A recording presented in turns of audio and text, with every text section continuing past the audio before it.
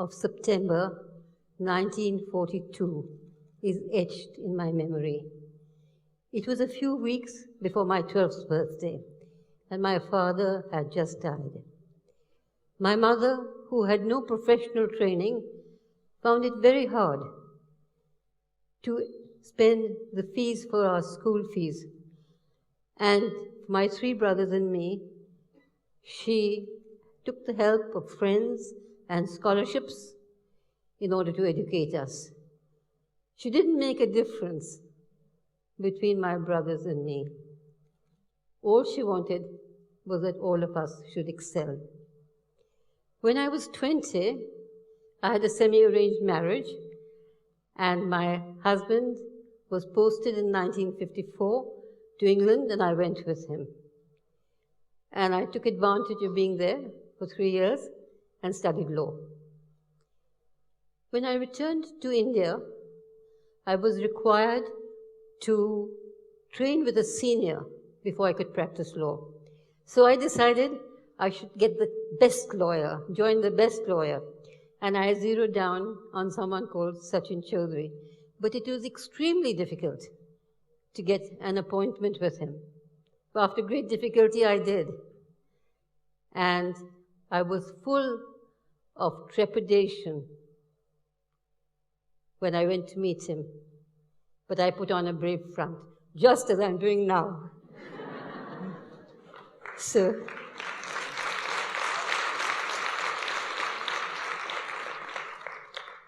he had some idea why I had come, but he wanted to be completely clear. So I told him that I wanted to practice law and I wanted to join his chambers. He was not in favor of women joining the law, so he tried to dissuade me. He said, "Young woman, instead of joining the legal profession, go and get married." So I said to him, "Sir, I'm already married." "Then go and have a child," he advised. "I already have a child. It's not fair to the child to be alone, so you should have a second child." I said, "Mr. Chaudhary, I have 2 children." So taken aback for the 3rd time, he said, "Come and join my chambers. You're a persistent young woman and you will do well at the bar." After about 20 years of practice, I was appointed a judge at the Delhi High Court, and in 1991, I was the first woman to be Chief Justice of a state high court.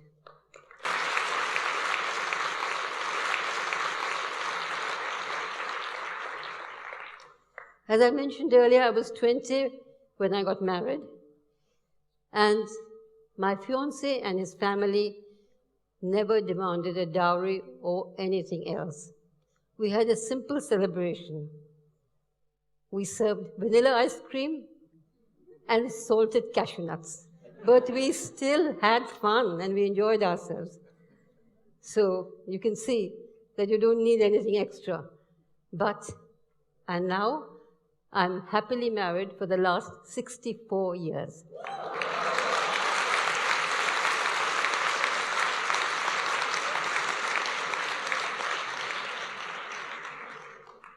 Every woman, every mother wants her daughter to be married. And when she meets a young man, she tries to size him up to find out if he's a suitable boy. But at the back of her mind is the worry. Does he want a dowry? If so, how much? In fact, it's the curse of dowry that makes parents not want to have girls. In the old days, when girls and boys didn't have equal inheritance, a young girl was given stridhan, which is bride's wealth, at the time of her marriage. It was something that was passed from a mother to a daughter and consisted of jewels. It was her personal property. But even that was often taken away by the bridegroom's parents and given to the groom's sister when she was getting married. So the bride had nothing. Slowly, the prevalence of dowry started. This meant gifts were given not only to the bride, but to the bridegroom and to his family. And demands, dowry demands, were negotiated at the time of an arranged marriage.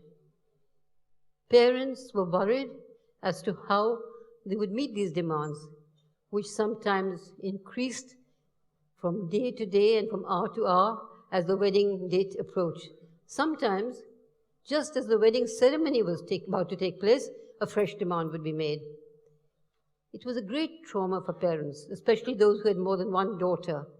They were bankrupt, spent more than they had, and the extortion sometimes continued even after the wedding. So instead of loving their daughters and wanting to have them, they considered them a curse. And they resorted to something like female feticide or female infanticide. In order to prevent this evil of dowry, an act was passed. It was called the Dowry Prohibition Act, 1961. Before the act, dowries were displayed openly. After the act, the display stopped. But the giving and taking of dowry continued.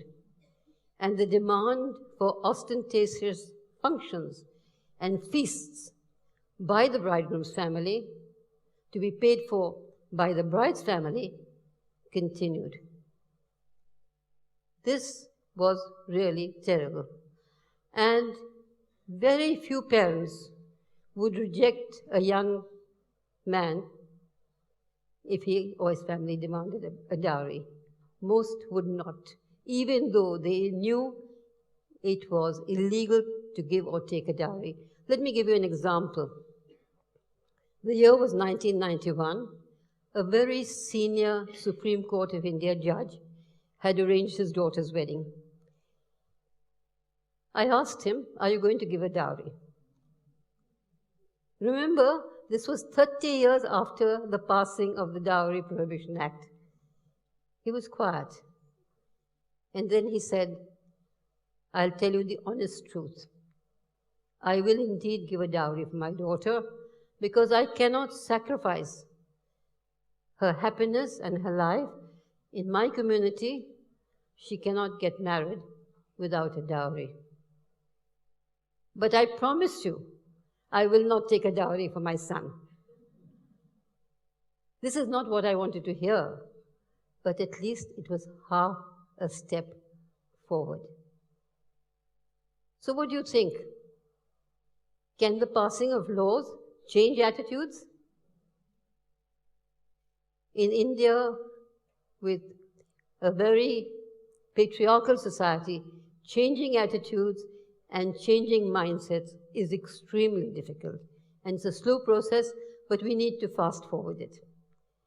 I had hoped that with the succession laws being changed and daughters getting some inheritance rights, the law would have had some effect on the evil of dowry.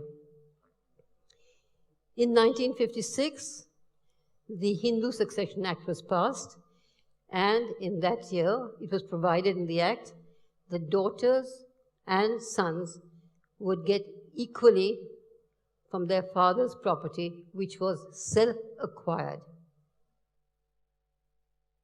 This, of course, should have made a difference, but it didn't seem to have done that. In fact, women were not willing to assert. Let me tell you of an incident. I was a judge at the Delhi High Court. 3 young men came before me and wanted, their father had died, he hadn't left a will, and they wanted their property to be divided into 3 parts. I found they had 3 sisters. So I said to them, I will divide it into 6 parts, because that's what the law says, and each sibling should get 1 share. They protested. They said, our sisters are married, our sisters have got dowries, and they have given us relinquishment deeds. I was not happy, so I insisted they bring the sisters to court, because I was not sure whether the sisters had been coerced into giving the relinquishment deeds or they didn't know the law. When the women came, I asked them, do you know the law? And they said, yes. So then why are you giving up your share? And this is what they said. We do not want to have any problems with our brothers or spoil our relationships with our brothers, because if in the future we need anything of any sort, to whom shall we turn except our brothers, our natal family? So they knew what was happening. And I said to the young men that if you were 6 brothers, you would have happily shared and got 1/6 each. So why are you depriving your sisters? But they were adamant.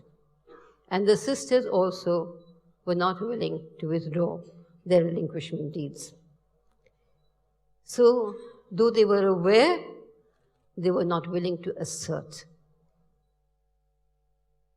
Many people are not aware that since 2005, that's almost 10 years ago, the daughters' rights of inheritance have been widened and now include not only the self-acquired property of the father, but also the ancestral property. Unless, of course, the father wills away the property to someone else. So fathers, we tell you, do not will the property away to your sons or to others. Make sure your daughters get their legitimate share.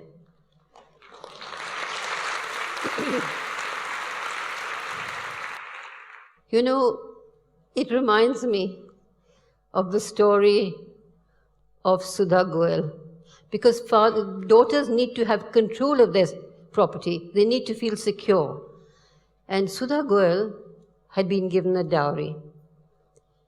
One December night, the neighbors heard her screaming, "Bachao, bachao, save me, save me." So they rushed and forced their way into the flat and found her in flames. Her mother-in-law and her husband were simply sitting there. She said, "These people have killed me. They have taken my gold and everything." There are hundreds of such cases in India every year. How do we do it?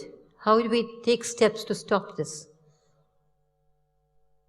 I think that I can summarize it in 4 words. First, awareness. Second, assertion. Third, attitude change. And fourth, action. So, sisters, don't be emotionally blackmailed by your brothers. Don't take dowries, don't hanker after dowries. Demand your inheritance.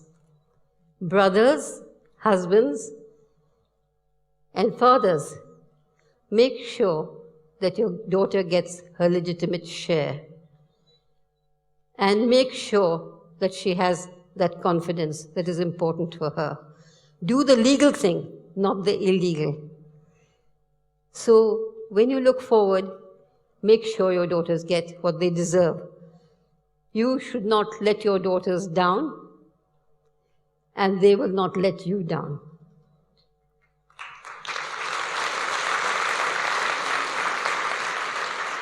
So this is the mantra. Inheritance, not dowry. Inheritance, not dowry. Repeat it, act upon it, and get others to act upon it as well. I'd like to end with an appeal by a daughter to her parents. "Father, why do you discriminate against me when I can be as good as my brother? Mother, nurture, nourish, and educate me, and you will see that I will not be a burden, but will control my own destiny. And you will have nothing to fear when brother is not there. I will look after both of you in your old age. I ask only to be treated equally. Will you not dare so that I have the freedom to choose and the right to care, and am no longer the prisoner of my own gender, unable to resist or retaliate against injustice. Oh, Father, give me a chance. Just give me a chance. Oh, Mother, break the bonds of tradition and let me into the sunlight to dance, to dance, to dance.